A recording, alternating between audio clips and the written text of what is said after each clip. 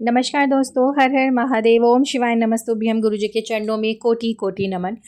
कल है माघ मास की शुक्ल पक्ष की सप्तमी तिथि और साथ में ही गुप्त नवरात्रों की भी सप्तमी तिथि और कल है माघ मास का मंगलवार। आप जानते हैं कि कल जो सप्तमी तिथि है उसे रथ सप्तमी कहा जाता है, उसे अचला सप्तमी कहा जाता है और उसे ही भास्कर सप्तमी कहा जाता है। कल के दिन अगर आप विधि विधान से पूजा अर्चना करते हैं तो पूरे माघ महीने के स्नान का फल आपको प्राप्त हो जाता है। भविष्य पुराण में भगवान श्री कृष्ण ने इस रथ सप्तमी की महत्ता बताई है। साथ में ही नारद पुराण में भी इस रथ सप्तमी की विशेषता बताई गई है। कहा जाता है कि करोड़ों संख्या में सूर्य ग्रहण का फल प्राप्त हो जाता है आपको इस दिन, रथ सप्तमी के दिन सूर्य देव की पूजा अर्चना करने का। हम एक सूर्य ग्रहण का इंतज़ार करते हैं कि उस दिन हम दान पुण्य करेंगे, पूजा अर्चना कर कर हम सूर्य देव की कृपा प्राप्त करेंगे। और अगर आपने रथ सप्तमी के दिन सूर्य उदय में उठकर और सूर्य देव की अर्चना करके उन्हें सूर्य देव को अर्घ्य दे के आदित्य हृदय स्तोत्र का पाठ करते हैं और सूर्य देव के मंत्रों का उच्चारण करते हैं तो आपको करोड़ों संख्या के सूर्य ग्रहण के जितना फल प्राप्त एक सप्तमी के दिन का से ही हो जाता है। और साथ में आप जानते हैं कि ये इतना ज़्यादा महत्वपूर्ण है कि इस दिन पूरे एक साल के रविवार के व्रतों का भी फल आपको प्राप्त हो जाता है। 7 जन्मों में आपने जो पाप कर रखे हैं उससे मुक्ति पाना चाहते हैं तो इस रथ सप्तमी के दिन सुबह उठ के आप किसी भी पवित्र नदी में स्नान करें, संभव हो सके। अगर नहीं तो आप घर के नहाने वाले जल में ही गंगा जल और काला तिल ज़रूर से ज़रूर मिला के स्नान करें। बहुत ही ज़्यादा खास होती है ये रथ सप्तमी, भास्कर सप्तमी या अचला सप्तमी। तो कल के दिन विशेष रूप से करने वाले उपाय मैं आपके साथ शेयर करूंगी। तो अपने उपाय में आगे बढ़ने से पहले अपने सभी भाई बहनों से एक विनम्र निवेदन करना चाहती हूँ, जो भी वीडियो पे पहली बार आए वीडियो को लाइक कर दें, चैनल को सब्सक्राइब करें, कमेंट्स बॉक्स में हर हर महादेव ज़रूर लिखें और आप सभी को अचला सप्तमी की हार्दिक शुभकामनाएं। देखिए, हमारे शास्त्रों में लिखा गया है कि इस दिन सुबह सूर्य उदय, मतलब कि आपको सूर्य के उदय होने से पहले उठना होता है, स्नान आदि करना होता है और संभव हो सके तो कल के दिन आप लाल या तो संतरी या तो हल्के गुलाबी रंग के वस्त्र धारण करें और कल के दिन विशेष रूप से सूर्य देव की अर्चना करें और उनको जो हम जल अर्घ्य देंगे उस लोटे में हमें क्या क्या चीज़ें मिलानी है इस चीज़ का भी विशेष ध्यान रखने वाला है।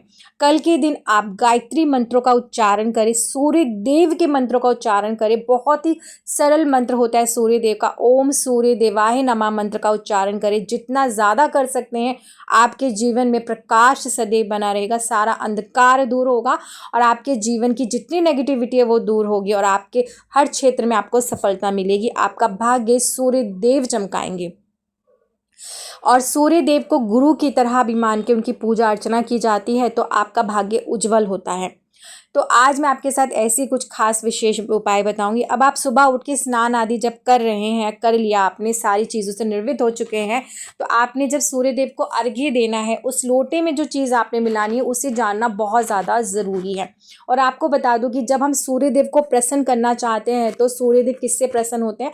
जो भी व्यक्ति देवादिदेव महादेव की इस दिन पूजा अर्चना विशेष रूप से करता है और एक लोटा जल महादेव के ऊपर अर्पण करता है तो उससे भी सूर्य देव बहुत ज़्यादा प्रसन्न होते हैं।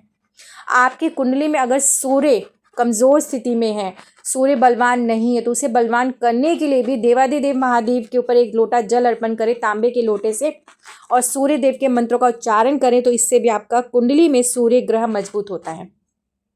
तो जो आपने लोटे में चीज़ें मिलानी है उसे ध्यान से समझ लीजिए। इसके लिए आपको लाल चंदन चाहिए।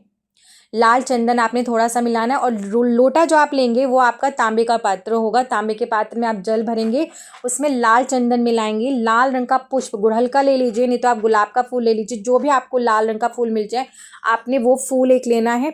साथ में इसमें आपने गुड़ डालना है। गुड़ जो डालेंगे उसे देखिए ऐसे डायरेक्ट ना डालें, थोड़ा सा घिस ले जिससे कि वो जल में अच्छे से मिल जाए। इसमें अक्षत डालने हैं और आपने इसके अंदर काले तिल भी ज़रूर डालने हैं, इसलिए कि कल का जो दिन होता है इसमें तिल और गुड़ का दान उसी प्रकार से किया जाता है जैसे हम मकर संक्रांति पे करते हैं। बहुत ज़्यादा खास और विशेष होता है इस दिन तिल और गुड़ का दान करना। तो आपने इसके अंदर तिल ज़रूर डालना है, गुड़ डालना है, अक्षत डालेंगे, लाल चंदन, लाल पुष्प, डालेंगे। साथ में आपने सूर्य देव की कारक तत्व जो एक चीज़ है, जो है गेहूँ, अनाज, जो बहुत ही ज़्यादा महत्वपूर्ण है, जिसे कनक कहा जाता है, सोने की तरह आपको धन प्राप्ति हो, उसके लिए आपने इसमें 12 दाने गेहूं के डालने हैं। अब आपका जल बिल्कुल तैयार हो चुका है। अब आप सूर्य देव को अर्घ्य दें और अर्घ्य देते समय आप पूर्व दिशा की तरफ मुख कर ले। अगर आपको सूर्य देव नहीं दिख रहे हैं आपके घर से तो कोई बात नहीं, आप अपना मुख पूर्व दिशा की तरफ करके उन्हें अर्घ्य दें और अर्घ्य देते समय आपने सूर्य देव के मंत्रों का, जो भी आपको मंत्र आए उसका उच्चारण ज़रूर करें और कोशिश करें जो आप जल अर्पण कर रहे हैं वो आपके पैर तक या आपके पैरों में छींटे ना लगे। आप कोई बर्तन रख लें और उस बर्तन में अर्घ्य दें। आप कोई पौधा, गमला भी रख सकते हैं, बस तुलसी का पौधा मत रखिएगा, इस चीज़ का विशेष ध्यान रखें।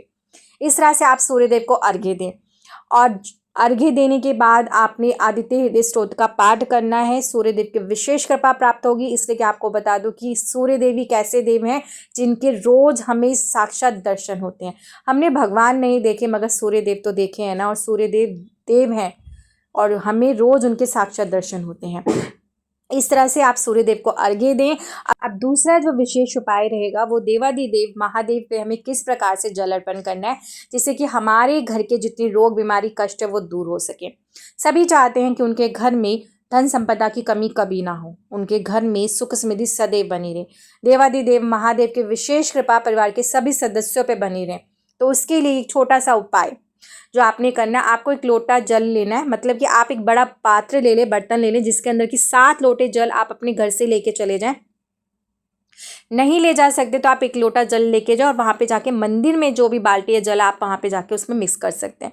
मतलब टोटल आपको 7 लोटे जल लेने हैं। इसके लिए रसोई घर से ले लीजिए अपने, और किसी पात्र या बर्तन में बड़े से, उसमें लाल चंदन, गुड़, अक्षत, लाल पुष्प, काले तिल और साथ में एक महत्वपूर्ण चीज़ जो मैंने अभी आपको बताई थी, 12 दाने गेहूं के ज़रूर डालने हैं। और ये लोटा जल आपने पूरा तैयार कर लिया, 7 लोटे जल। अब इसे लेकर आपने चले जाना है देवादिदेव महादेव के पास और वहाँ जाकर आपने पूजा अर्चना करनी है और अपना मुख उत्तर दिशा की तरफ करके आपने जो जल लिया है, सबसे पहले तो देखिए आपने शिवलिंग में ही भगवान गणेश का स्थान है, वहाँ पे जल अर्पण करें। फिर कार्तिकेय जी पे जल अर्पण करें, फिर माता अशोक सुंदरी पे, उसके बाद माँ पार्वती के हस्त कमल पे, और जो बाकी का जितना जल बचा होगा वो सारा जल आपने देवादिदेव महादेव के ऊपर अर्पण करते जाना है। अपना नाम और गोत्र बोलें, साथ में सूर्य देव के मंत्रों का उच्चारण करें। इस तरह से जल अर्पण कर दे। जो उसके अंदर गेहूं थे, 12 दाने गेहूं, आपने एक एक गेहूं का दाना महादेव पे अर्पण करना है, अपनी मनोकामना, अपना नाम और गोत्र बोलते हैं। उसके बाद आपने एक गेहूं का दाना उठाकर अपने घर लेकर आना है। उसे लाल रंग के कपड़े में लपेट दें, उसे पर्स में रखें, चाहे धन रखने के स्थान पे रखें, चाहे आप उसे आटे के डिब्बे में कहीं पे भी रखें। इससे क्या है, आपके घर में कोई भी कमी कभी नहीं होगी, धन में कमी नहीं होगी, आपके अन्न में कमी नहीं होगी, आपके घर में कोई रोग, बीमारी, कष्ट नहीं होगी। और जब आप जल अर्पण कर रहे हैं, वहाँ से जलाधारी से थोड़ा सा जल आपने पात्र में लेकर घर आना है और अपने पूरे घर में इसका छिड़काव ज़रूर करना है। इस तरह से करने से सारी नेगेटिविटी भी दूर होती है। तो ये 2 खास विशेष उपाय कल के दिन करें और सूर्य देव से विशेष कृपा प्राप्त करें। तो वीडियो अच्छी लगी तो प्लीज़ ज़्यादा से ज़्यादा शेयर करें, जिससे सभी लोगों का भला हो सके। जब आप अच्छी चीज़ें शेयर करते हो तो आपके जीवन में सब कुछ अच्छा होता है। और कमेंट्स बॉक्स में हर हर महादेव लिखना बिल्कुल मत भूलिएगा। आप सभी के ऊपर देवादिदेव महादेव की विशेष कृपा प्राप्त हो। और अब मुझे आज्ञा दीजिए। ओम शिवाय नमस्तुभ्यम।